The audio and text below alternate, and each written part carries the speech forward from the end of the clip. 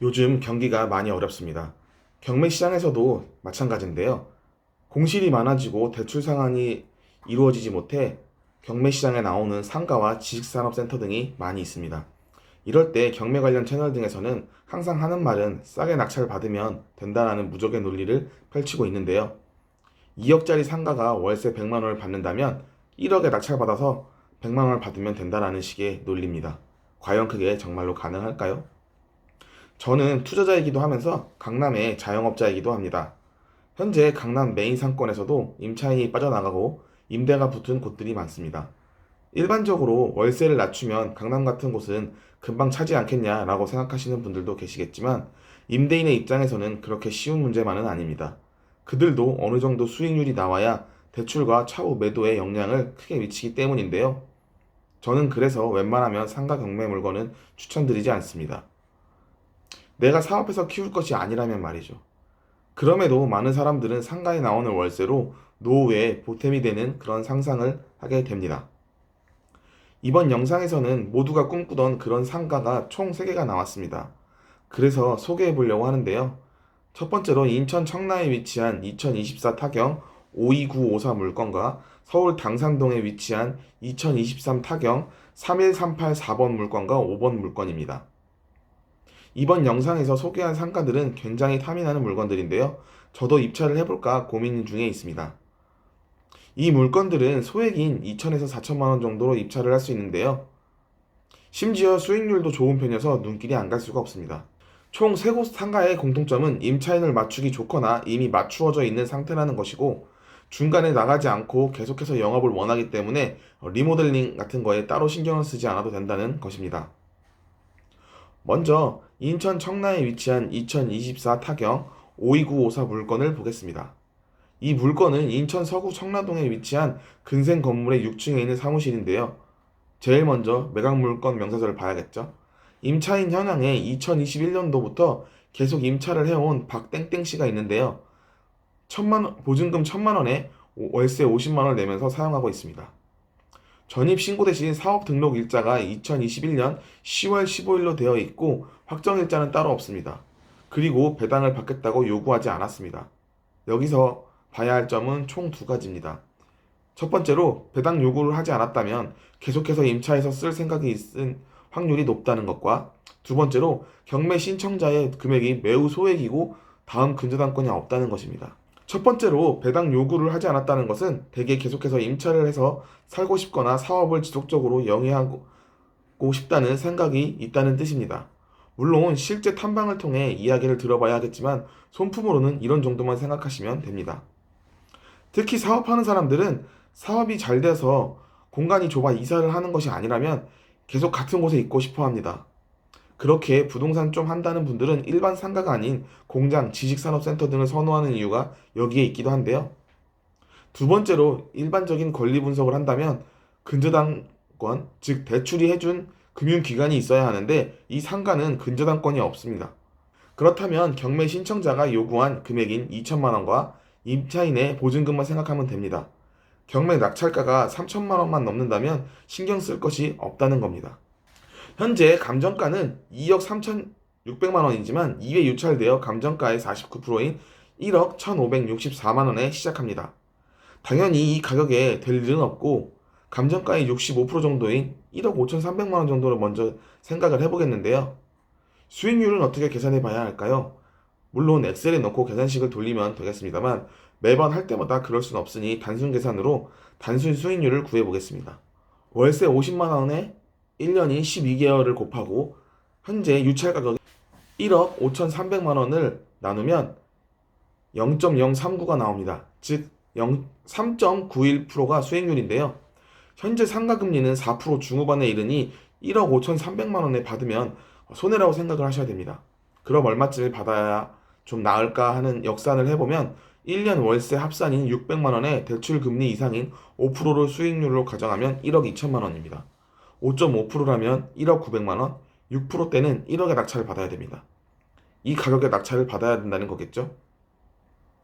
입찰에 앞서 탐문을 통해 해당 임차인의 경매 기간 중에 월세를 냈는지 안 냈는지도 분명히 알아둬야 합니다. 그래야 돌려줘야 할 보증금을 알 수 있기 때문인데요.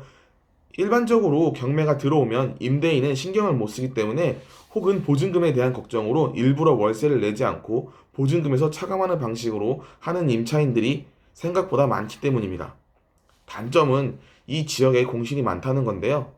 그래서 기존에 임차인이 있고 사업을 계속 지속하려는 임차인으로 보이는 물건을 골랐으므로 임차에 관해서는 신중히 생각해야 하는 부분이 있습니다. 다음은 이 영상의 메인인 서울 영등포구 당산동에 위치한 아파트 단지 상가 2개 물건입니다. 2023 타경 3138의 4번 물건과 5번 물건인데요. 흔히 볼 수 있는 아파트 단지의 1층 상가들입니다. 이 상가는 원래 101호와 102호가 있었으나 상가 주인은 101호였고 이 상가를 4개로 총 쪼갠 것으로 지지옥션에 나와 있습니다. 큰 101호가 101, 103, 104, 105호로 나뉘어져 총 4개의 물건이 경매로 나왔는데 그중 하나는 낙찰이 되었습니다. 저는 104호와 105호 물건에 관심이 있는데요. 먼저 매각 물건 명세서를 보겠습니다. 현재 4번 물건인 104호는 부동산 중개소로 운영 중인 임차인이 있으며 보증금 5천만 원에 월세 250만 원으로 임차를 하고 있다고 적혀 있습니다. 만약 80% 유찰가인 2억 5천440만 원에 낙찰을 받는다면 수익률이 얼마일까요? 꽤 높아 보이는데요. 250만 원 곱하기 1년인 12개월 곱하고 유찰가인 2억 5천440만 원을 한다면 수익률이 약 11.7%입니다.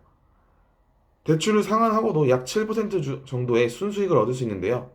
꽤 가치가 높다고 볼 수 있습니다. 우리가 원하는 상가란 이런 게 아닌가 싶습니다. 일반적으로 탐문을 통해서 실제로 영업을 하는지 안 하는지를 알기가 조금 어려운데요. 로드뷰를 통해 봐도 아직은 간판이 있고 로드뷰 사진 너머로는 공실인지 알 수가 없어 반드시 현장에 가봐야 합니다. 하지만 부동산 중개업소 같은 경우는 네이버 부동산을 통해 알 수가 있는데요. 당산 레미안을 검색하여 매물을 보면 우리가 보고 있는 물건인 4번 물건은 건국 부동산이라는 이름으로 영업을 하고 있고 5번 물건인 홈즈 부동산이라고 간판이 써져 있습니다. 하지만 5번 물건은 현재 영업을 하지 않고 공실인 걸로 나와 있는데요. 그렇다면 네이버 부동산에서 영업을 하고 있다면 해당 중개소들의 이름이 적힌 매물이 있어야 되는데요. 아쉽게도 보이지 않습니다. 둘 다 공실이란 뜻이죠. 마침 당산 레미안 남쪽으로는 효성 아파트 1, 2차와 당산 센트럴 아이파크가 있지만 여기에서도 해당 부동산의 이름을 찾아볼 수는 없었습니다. 그렇다면 4번 물건은 탐방을 해야 하고 5번 물건은 지지 옥션에서도 공실로 보인다고 하니 새로운 방안을 미리 고민해 놓는 것도 좋아 보입니다. 경기가 안 좋고 부동산도 안 좋으니 부동산 중개 업종도 들어올 수 있겠냐라는 생각도 하실 건데요. 저도 2022년 말부터 시작된 지금과 같은 부동산 침체는 개업을 하려고 하는 분들에게도 큰 부담일 것으로 생각이 듭니다. 그렇다면 어떤 대안이 있을지도 한번 생각을 해봐야 되는데요. 저는 바로 무인 프린트 카페를 생각해 보았습니다. 혹시 무인 프린트 카페라고 들어보셨나요? 예전에는 집집마다 프린터가 한 대씩 있었지만 요즘은 PC도 없는 집들이 많이 생기면서 프린터가 가정에 필요한 경우는 많이 줄어들었습니다. 그래서 무인으로 운영되는 프린트 카페가 생겨났는데요. 당산동에도 이미 검색을 해보면 몇몇 곳이 있습니다. 현재 제일 가까운 곳은 당산역과 롯데마트 두 곳에 있습니다. 여러분들은 프린터가 급하면 롯데마트나 당산역까지 가시겠지만 더 가까운 곳에 있다면 어떠실 것 같습니다. 당산 삼성 레미안은 출입구가 총 3곳이나 됩니다. 그렇기 때문에 일반적인 가게로는 메인 동선이 아닌 이쪽 상가는 좀 굉장히 불리한데요. 장점도 있습니다. 바로 효성 2차 아파트는 작은 도보용 후문이 있다는 것이고 효성 1차 아파트는 주문이 바로 건너편에 있고 또 당산 아이파크의 후문 쪽에서도 연결될 수가 있다는 점인데요. 그렇다면 당산 레미안 1391세대, 효성 1차 480세대, 효성 2차 258세대, 당산 센트럴 아이파크의 802세대, 총 2931세대의 프린트에 대한 수요는 어느 정도 흡수할 수 있다고 봅니다. 그런 면에서 꼭 필요하면서 상대적으로 입지를 덜 타는 부동산 중개소와 무인 프린트 카페는 좋은 대안으로 볼 수 있을 것 같습니다. 저는 직접 상가를 운영하시기보다는 이런 식으로 하시는 걸 굉장히 권해드립니다. 오늘은 개인적으로 웬만해서는 이야기를 잘 안 하는 상가를 이야기해 보았는데요. 그만큼 메리트가 있기 때문이었습니다. 공구 요청을 하시면서 저에게 하고 싶은 말을 적는 곳에 많은 분들이 공통적으로 말씀하신 게 계속해서 알짜 물건을 소개시켜달라는 것이었고, 소액으로도 가능한 물건을 소개시켜달라는 말씀이 있었는데요. 이번에도 역시 제가 입찰하고 싶은 물건들을 가지고 왔습니다. 여러분들이 시간을 내셔서 제 영상을 봐주시는 만큼 저도 좋은 경매 물건들을 최대한 많이 가지고 오도록 할 건데요. 어느덧 유료 경매 사이트 공구가 이야기한 지 2달이 다 되어가고 있습니다. 현재 최소 인원이 33명에서 30분이 신청을 해주셨고요. 아마 이 영상이 올라가고 다음 주쯤에는 공구가 첫 번째 공구가 끝나고 아마 스터디가 시작될 수도 있을 것 같습니다. 조만간 공구로 시작된 33명이 먼저 경매 공부를 같이 하시게 될 건데요. 이 영상을 끝까지 보시는 분들이라면 관심이 크신 것일 테니 1년에 5만 원 정도만 투자해서 발을 담가 보시는 건 어떨까 같이 생각을 해봅니다. 관련 공부 내용은 고정 댓글에 적어 두었으니 확인해 보시면 되겠습니다. 다음 영상에도 좋은 물건을 가지고 있습니다. 오늘도 시청해 주셔서 감사합니다.